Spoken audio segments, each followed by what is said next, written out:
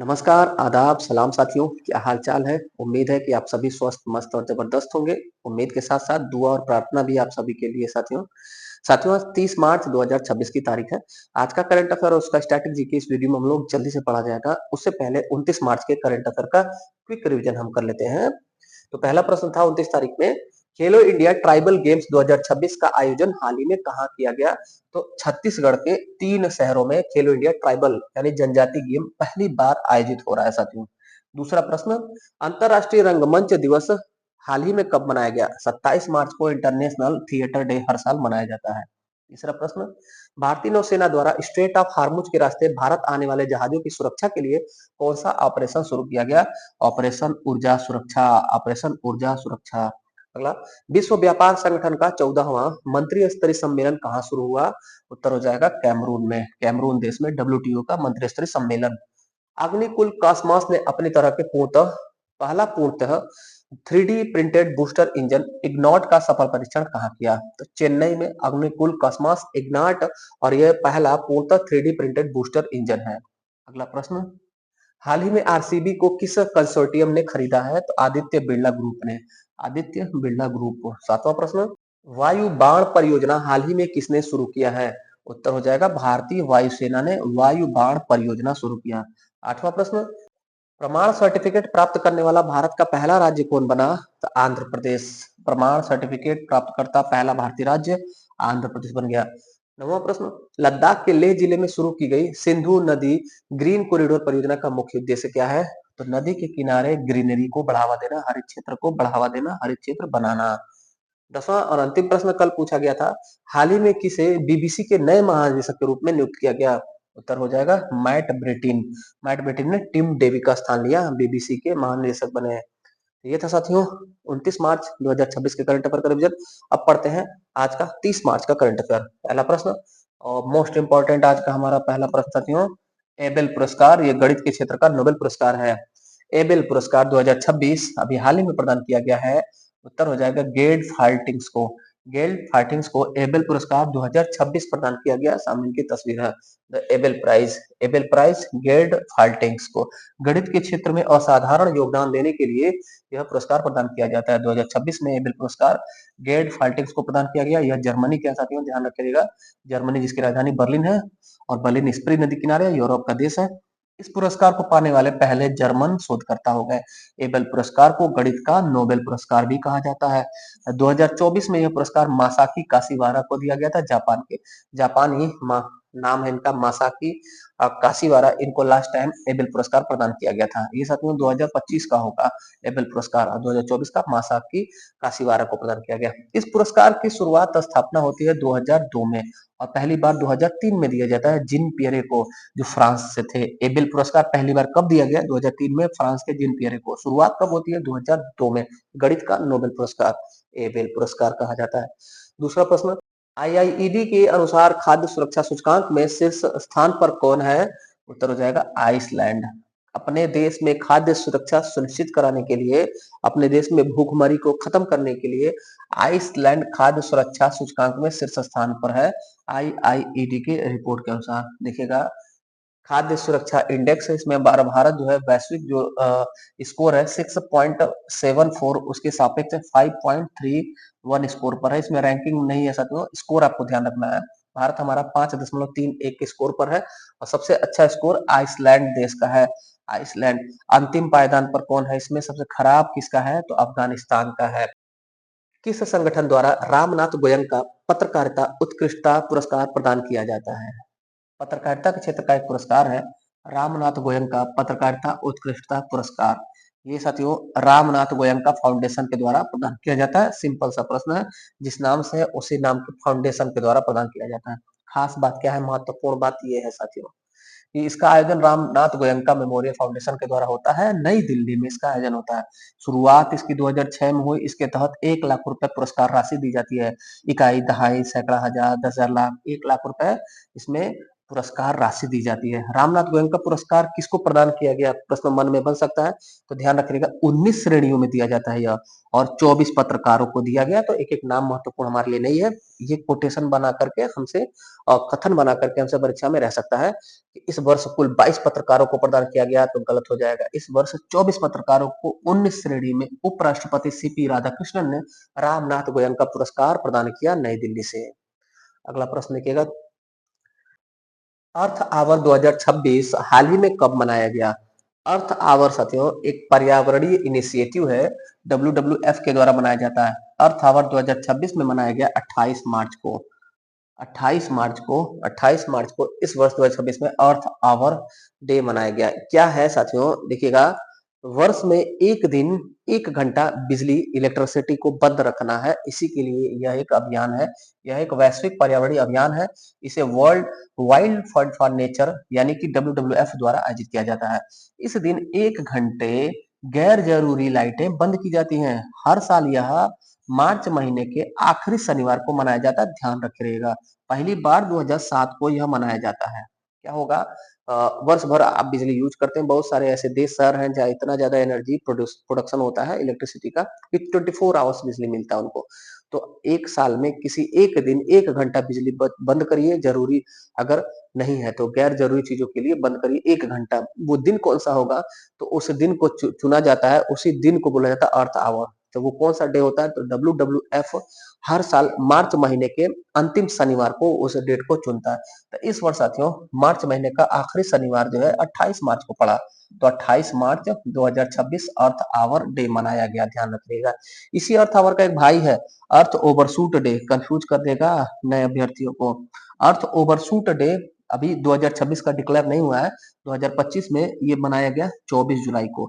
अर्थ overshoot day क्या होता है, प्रकृति हमको एक वर्ष का जो संसाधन देती है उसको हम उस वर्ष में कितना जल्दी खत्म कर देते हैं, उसी डेट का डेडलाइन बताता है। जैसे आपको आपके गार्जियन ने खर्च दिया एक वर्ष का खर्च मिला आपको, सपोज दैट कितना मान लेते हैं कि 12,000, माना कि 12,000 रुपए खर्च मिला आपको, तो कितना दिन चलाना है, 1 वर्ष, यानी 1 जनवरी से आपको 31 दिसंबर तक इसको चलाना है, इस पैसे को 1,000 रुपए को। आपने क्या किया, आपने गैर जरूरी चीजों में उस पैसे को खर्च कर दिया। अब आपका पैसा कम समय में ही खर्च हो गया, सपोज दैट आपका पैसा 24 जुलाई को खर्च हो गया। जो आपको खर्च करना था 31 दिसंबर तक 12,000 रुपए का अंतिम पैसा, आपने 24 जुलाई को ही सारा पैसा खर्च कर दिया। अब 25-26 आगे क्या करेंगे, ठन गोपाल हो जाएंगे। तो 24 जुलाई जो डेडलाइन था यही मनाया जाता है। इसी प्रकार से अर्थ ओवरशूट डे, यानी प्रकृति ने जो भी संसाधन हमको दिए हैं हमको धीरे धीरे यूज करना है, 1 जनवरी से 31 दिसंबर तक यूज करना। हमने क्या किया, पिछले वर्ष 24 जुलाई को खर्च कर दिया। और बड़ा गंभीर बात यह है साथियों कि हर वर्ष ये डेट जो है और खिसकते जा रहा है, यानी लालची मनुष्य जो है सतत डेवलपमेंट, सतत विकास, इंक्लूसिव विकास नहीं कर रहा है, प्राकृतिक संसाधनों का दोहन तेजी से कर रहा है। तो ये सब चीजें थोड़ा सा अवेयरनेस वाली है, ध्यान रखे रहेगा, हमारी परीक्षाओं में रहते हैं। अगला प्रश्न, मनोरोग का भारत का पहला डेटाबेस काम ब्रेन कहाँ लॉन्च किया गया? उत्तर हो जाएगा बेंगलुरु से। बेंगलुरु में साथियों जो मस्तिष्क संबंधी रोग है, मनोरोग है, इसके लिए भारत का पहला डेटाबेस तैयार किया गया है काम ब्रेन नाम से, CALM BRAIN, काम ब्रेन बेंगलुरु। देखिए क्या है, काम ब्रेन एक डिजिटल डेटाबेस है जिसमें डेटा कलेक्शन रहेगा किसका, तो इसमें दिमाग और मानसिक बीमारियों से जुड़ी जानकारी का डेटा रहेगा। इसे हाल ही में बेंगलुरु में लॉन्च किया गया। अगला प्रश्न, महिलाओं और ट्रांसजेंडर ई ऑटो चालकों के लिए दुर्गा योजना किसने शुरू किया है? उत्तर ए दिल्ली। अभी हाल ही में दिल्ली का बजट प्रस्तुत हुआ साथियों, दिल्ली से क्वेश्चन है। दिल्ली सरकार ने 1,000 महिलाओं और 100 ट्रांसजेंडरों के लिए ई ऑटो रिक्शा के लिए एक सर्टिफिकेशन, ऑटो सर्टिफिकेशन, ई सर्टिफिकेशन प्रदान किया है। किस योजना के तहत? दुर्गा योजना। इसका उद्देश्य है कि ट्रांसजेंडर और महिलाओं को वित्तीय सहायता देना, उनको आत्मनिर्भर बनाना। दिल्ली सरकार ने हाल ही में दुर्गा योजना की शुरुआत की। इस योजना की शुरुआत महिलाओं और ट्रांसजेंडर लोगों को रोजगार देने के लिए होगा। क्या? ई ऑटो परमिट मिलेगा 1,000 महिलाओं और 100 ट्रांसजेंडर को मिलेगा, जिससे वो आत्मनिर्भर बन सके। अगला प्रश्न, पिंक स्टैंड का नाम किसके नाम पर रखा गया है? Pink stand, pink stand Harmanpreet Kaur, pink stand Harmanpreet Kaur. देखिएगा क्या है साथियों, दिल्ली में एक न्यू स्टेडियम बन रहा है, क्रिकेट स्टेडियम, दिल्ली में द्वारका में Omaxe Omaxe state cricket stadium बन रहा है। दिल्ली के द्वारका में ओमैक्स स्टेट क्रिकेट स्टेडियम बन रहा है। वहां पर एक स्टैंड है, उसका नाम हरमनप्रीत कौर के नाम पर स्टेडियम के एक स्टैंड का नाम रखा गया। इसका नाम पिंक स्टैंड होगा साथियों। यह भारत का पहला पिंक स्टैंड होगा, किसके नाम पर? हरमनप्रीत कौर, हमारे भारतीय महिला क्रिकेटर। अगला प्रश्न, बालेन शाह हाल ही में किस देश के प्रधानमंत्री के रूप में शपथ लिए हैं? हमारा पड़ोसी देश साथियों नेपाल। वहां पर संसदीय चुनाव संपन्न हो गया होली के अगले दिन। अब यहाँ पर नेपाल के प्रधानमंत्री बने बालेन शाह। प्रधानमंत्री बनते ही इन्होंने जो जेनजेड आंदोलन चला था उसमें जो भी व्यक्ति थे जिनके ऊपर आरोप लगा था उन सब लोग को गिरफ्तार कर दिया। सबसे खास यह है कि उन्होंने नेपाल के पूर्व प्रधानमंत्री केपी शर्मा ओली और नेपाल के पूर्व गृह मंत्री रमेश लेखक, इन दोनों लोगों को भी जेल में डाल दिया गिरफ्तार करके। बालेन शाह नेपाल के नए प्रधानमंत्री और नेपाल के बहुत चर्चित प्रधानमंत्री हैं, ध्यान रखिएगा, बालेन शाह। ये नेपाल के सबसे युवा 35 वर्ष के प्रधानमंत्री। इनकी पार्टी का नाम राष्ट्रीय स्वतंत्र पार्टी। राष्ट्रपति कौन है? तो रामचंद्र पौडेल है राष्ट्रपति नेपाल के। इन्होंने क्या किया? इन्होंने कार्यभार ग्रहण करते ही पूर्व प्रधानमंत्री केपी शर्मा ओली और पूर्व गृह मंत्री यानी कि होम मिनिस्टर पूर्व में जो थे रमेश लेखक, इनको गिरफ्तार कर दिया। किस आरोप में? तो जेनजेड आंदोलन जो चल रहा था विरोध प्रदर्शन, उसमें इन्होंने लापरवाही बरती थी, इस कारण से इनको गिरफ्तार करके जेल में डाल दिया गया। अगला प्रश्न, हाल ही में किस राज्य द्वारा अनमोल योजना की शुरुआत की गई है?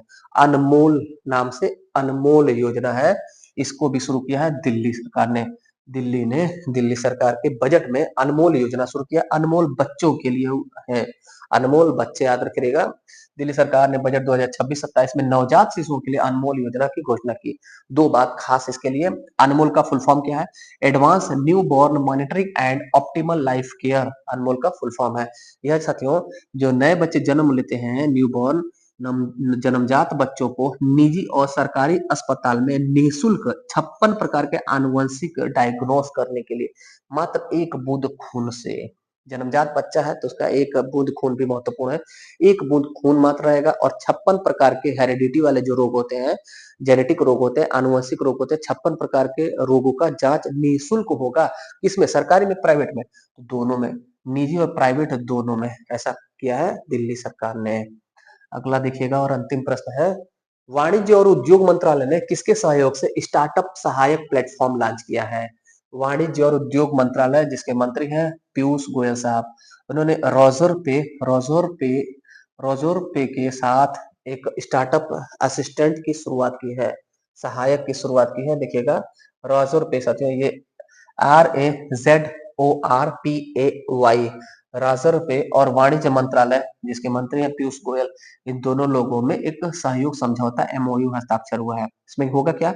नए स्टार्टअप को मेंटरशिप, वित्तीय सहायता, उपकरण और नियामक सहायता प्रदान किया जाएगा। ये साथियों स्टार्टअप से संबंधित है, तो थोड़ा हम स्टार्टअप का स्ट्रेटेजी के देखेंगे।